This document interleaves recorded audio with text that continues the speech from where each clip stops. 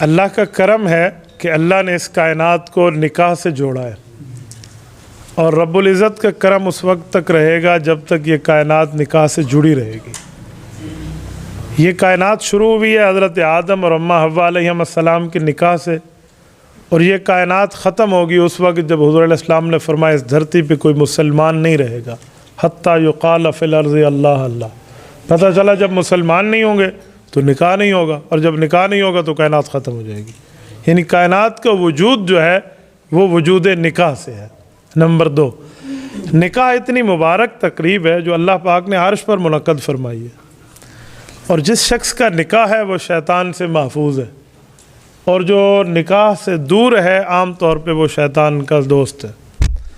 نکاح کی کوئی خاص عمر متعین نہیں ہے، بلوغ کے بعد نکاح کر لینا چاہیے، اور اولاد کا نکاح کرانا یہ ماں باپ کی ذمہ داری ہے۔ اگر کوئی بچہ گناہ کر لے اور ماں باپ کو پتہ ہو تو کل قیامت میں ماں باپ اس کے ذمہ دار ہیں کہ یہ نکاح نہیں کرا رہے۔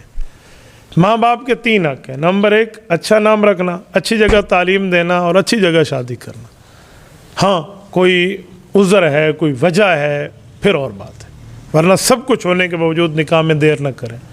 حضور پاک علیہ الصلوۃ والسلام نے فرمایا 3 چیزوں میں جلدی کرو، دیر نہ کرنا۔ نمبر 1، جب نماز کا وقت ہو۔ کیا مطلب؟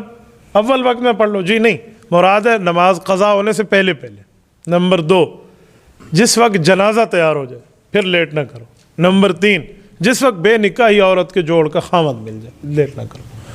تو نکاح کے اندر برکتیں ہیں، شفقتیں ہیں، رب العزت کی رحمت دے۔ وَيَسْتَغْفِرُونَ لِمَنْ فِي الْأَرْضِ، قرآن کریم میں آسمان کے فرشتے زمین والوں کے لیے استغفار کرتے ہیں، ان میں ایک وجہ یہی بھی ہے کہ وہ جو شادی کرتے ہیں اور نکاح کرتے ہیں۔ ایک جملہ ذہن میں رکھیں، نکاح ایسی بابرکت تقریب ہے کہ حضرت عیسیٰ علیہ السلام جب زمین پر تشریف لائیں گے نا آسمان سے، اس کی وجہ جہاد بھی ہے، اس کی وجہ تبلیغ بھی ہے، اس کی وجہ امت کی قیادت بھی ہے، لیکن اس کی ایک وجہ حضرت عیسیٰ علیہ السلام کی شادی بھی ہے۔ حضرت عیسیٰ علیہ السلام کی شادی نہیں ہے جب آسمان پہ تشریف لے گئے تھے، حدیث پاک میں یتزوج ویولد ویدفن معیا، حضرت عیسیٰ علیہ السلام زمین پہ تشریف لائیں گے، بنو کلب میں ان کی شادی ہوگی، پھر ان کی اولاد ہوگی، پھر وہ حضور علیہ السلام کے روضہ اقدس میں دفن ہوں گے۔ تو ایک وجہ شادی بھی ہے۔ خود اندازہ لگائیں شادی کتنی مبارک چیز ہے۔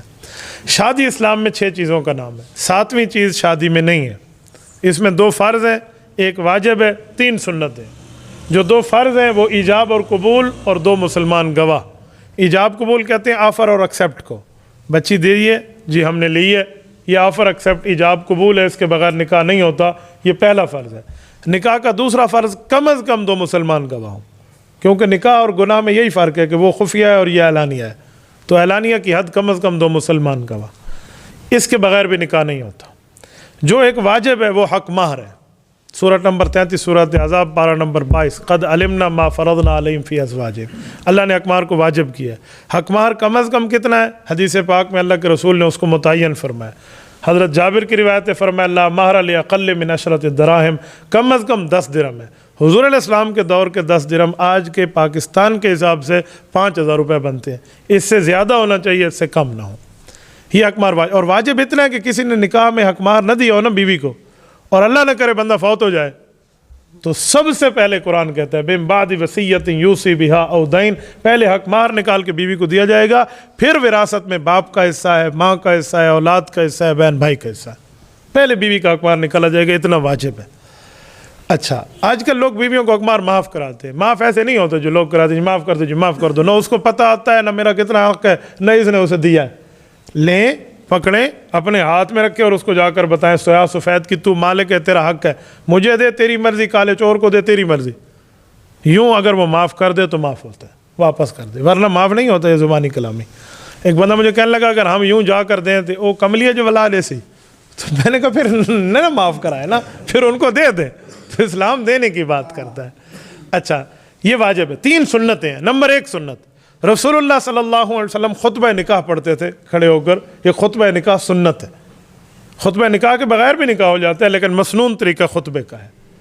نمبر 2 سنت، حضور علیہ السلام کے سامنے چھوارے مبارک ہوتے تھے، حضور علیہ السلام چھوارے اٹھا کر آرام آرام سے لوگوں کے اوپر پھینک دیتے، یہ خوشی کا اظہار تھا، آرام سے پھینکے، یہ نہ ہو کہ کہیں دے آنکھیں بگاوے بندہ، تو یہ بھی سنت ہے۔ نمبر 3 دعوت ولیمہ سنت ہے، اور دعوت ولیمہ میں 2 باتیں ذہن میں رکھیں، ہمارے اندر دونوں کمی پائی جاتی ہے۔ نمبر 1 ہم ولیمہ اسی دن کرتے ہیں جس دن شادی ہے، شام کو ولیمہ ہے. یہ ولیمہ نہیں ہے. شب زفاف کے بعد ولیمہ سنت ہے، ایک رات گزرنے کے بعد. ٹھیک ہے، رخصتی کے بعد ولیمہ سنت ہے، پہلے ولیمہ نہیں ہے. وہ ایسے اللہ کے نام کی خیرات ہے. نمبر 2، ولیمے میں ایک کمی ہم کرتے ہیں، ہم غریبوں کو نہیں بلاتے، امیروں کو بلاتے ہیں. ہم کارڈ ایشو کرتے ہیں، انٹری پاس. حضور پاک صلی اللہ علیہ وسلم کی حدیث مشکات جلد نمبر 2 میں ہے. میں یہ جب پڑھتا ہوں حدیث میں ہل جاتا ہوں کہ ہمارا عمل اس کے خلاف ہے. اللہ کے رسول نے فرمایا خیر الولیمہ ایک شر الولیمہ ہے. فرمایا خیر الولیمہ یہ ہے جس میں غریب آ سکیں، شر الولیمہ وہ ہے جس میں غریبوں کو روکا جائے. آج ہم شر الولیمہ میں بیٹھے ہوئے ہیں. انٹری پاس ہے نہیں ہے، چل جل بھائی ہم بھگا دے. ہمارے ماں باپ کی شادیاں چل گئی ہیں، کیوں؟ وہ خیر الولیمہ تھے، گلیوں میں ہوتے تھے، کوئی فقیر راہ گزرتا بیٹھ جاتا تھا، کوئی روک ٹوک نہیں ہوتی تھی. اور آج شادیاں نہیں میری دعا ہے اللہ ہر کسی کا گھر بسائے، لیکن جو آج حالات ہیں نا ان میں ایک وجہ یہ شر الولیمے بھی ہے. میری اپنی ذاتی ترتیب ہے، آپ کہیں گے پتہ نہیں حال والوں کا مخالف ہے. میں حالوں میں ولیموں میں نہیں جاتا، یہ خیر الولیمے ہیں ہی نہیں.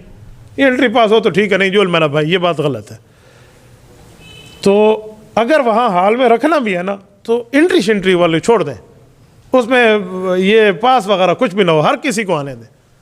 مثال ہے جہاں 500 بندے کھانا پک سکتے ہیں وہاں 600 کو بھی پک سکتا ہے. یہ بات نہیں ہے، اسی لیے خیر الولیمہ ہو تو بہت بہتر ہے. یہ 6 چیزیں ہیں. 7ویں چیز نکاح میں ہے ہی نہیں، اور ہم نے مایوں ہے، آگا ہے، پتہ نہیں ہے، مہندی ہے، مہندی ہے.